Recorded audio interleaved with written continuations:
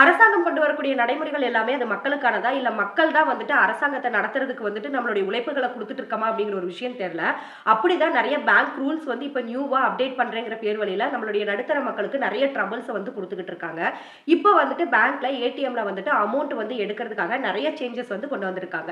இப்ப நீங்க பேங்க்குக்கு போய் ஏடிஎம்ல இருந்து பணம் எடுக்கிறீங்க அப்படின்னா, உங்களுடைய பேலன்ஸ் வந்து என்குயரி பண்ணிட்டு அதுக்கப்புறமா பணம் வந்து வித்ட்ராவல் பண்ணுவீங்க. சோ அமௌண்ட் எடுக்கும்போது மினி ஸ்டேட்மெண்ட் அப்படிங்கிற ஒரு விஷயம் ரெசிப்டியும் வந்து நீங்க செக் பண்ணுவீங்க. சோ இந்த 2க்குமே இப்ப வந்து சார்ஜஸ் வந்து பிடிக்கிறாங்க. சோ இந்த 2யுமே நீங்க வந்து ஏடிஎம்ல பண்ணுனீங்க அப்படின்னா ரூ. 7 வரைக்கும் உங்களுக்கு சார்ஜஸ் வந்து வரும்.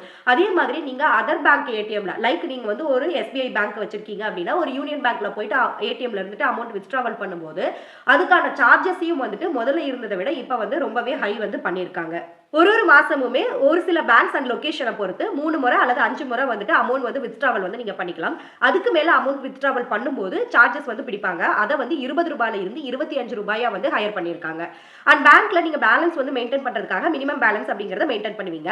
சோ அத வந்துட்டு ஹையர் பண்றதுக்கான சான்சஸ் வந்து ஹெவியா இருக்கு அப்படிங்கிற ஒரு விஷயமும் சொல்லியிருக்காங்க. சோ இந்த எல்லா சார்ஜஸுமே டவுனுக்கும் வில்லேஜுக்கும் ரொம்பவே டிஃபர் ஆகும் அப்படிங்கிற ஒரு அப்டேட்டும் கொடுத்திருக்காங்க.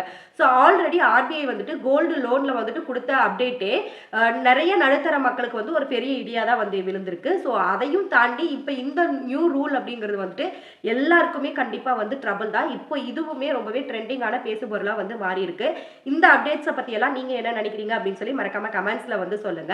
ஸோ இந்த மாதிரியான நியூ ரூல் வந்து வரும்போது இப்போ நம்மளுக்கு என்ன ஒரு கொஸ்டின் மார்க் வருதுன்னா, சம்பாரிச்ச அமௌண்ட்டை பத்திரப்படுத்தி வைக்கிறதுக்காக பேங்க்ல கொண்டு போய் போட்டு ஏடிஎம் சார்ஜஸ், எஸ்எம்எஸ் சார்ஜஸ், ஆன்லைனில் நான் வந்துட்டு நெட் பேங்கிங் யூஸ் பண்ணுறதுக்கான சார்ஜஸ், அதுக்கப்புறம் ஏடிஎம்ல கொடுக்கறதுக்கான சார்ஜஸ், அதுக்கப்புறம் மினிமம் பேலன்ஸ் வந்து நான் மெயின்டைன் பண்ணாததுக்கான அதுக்காக ஒரு சார்ஜஸ் அப்படின்னு சொல்லிட்டு நிறைய விஷயங்கள் நம்மளுடைய மணியை வந்துட்டு அவங்களுக்கு தான் நம்ம வந்து கொடுத்துட்டு இருக்கோம். நம்மளுடைய பணத்தை கொண்டு போய் கொடுத்துட்டு அதுக்கு நம்ம வட்டி கட்டுறது அப்படிங்கிறது நம்மளா தான் வந்து இருப்போம். ஆனா அதே மாதிரி ஆர்பிஐ கொண்டு வந்திருக்கக்கூடிய கோல்டு லோன்ல என்ன புது ஃபார்மேட் கொண்டு வந்திருக்காங்க, என்ன ஆல்ரெடி ஃபார்மேட் இருந்தது அப்படிங்கிறத பத்தி ஒரு லாங் வீடியோ வந்து போஸ்ட் பண்ணியிருக்கோம். அதை பார்க்கறதுக்கு இந்த வீடியோடைய ஹேண்டில் வந்து ஃபுல் வீடியோடைய லிங்க் கொடுக்குற கண்டிப்பா வாட்ச் பண்ணி பாருங்க.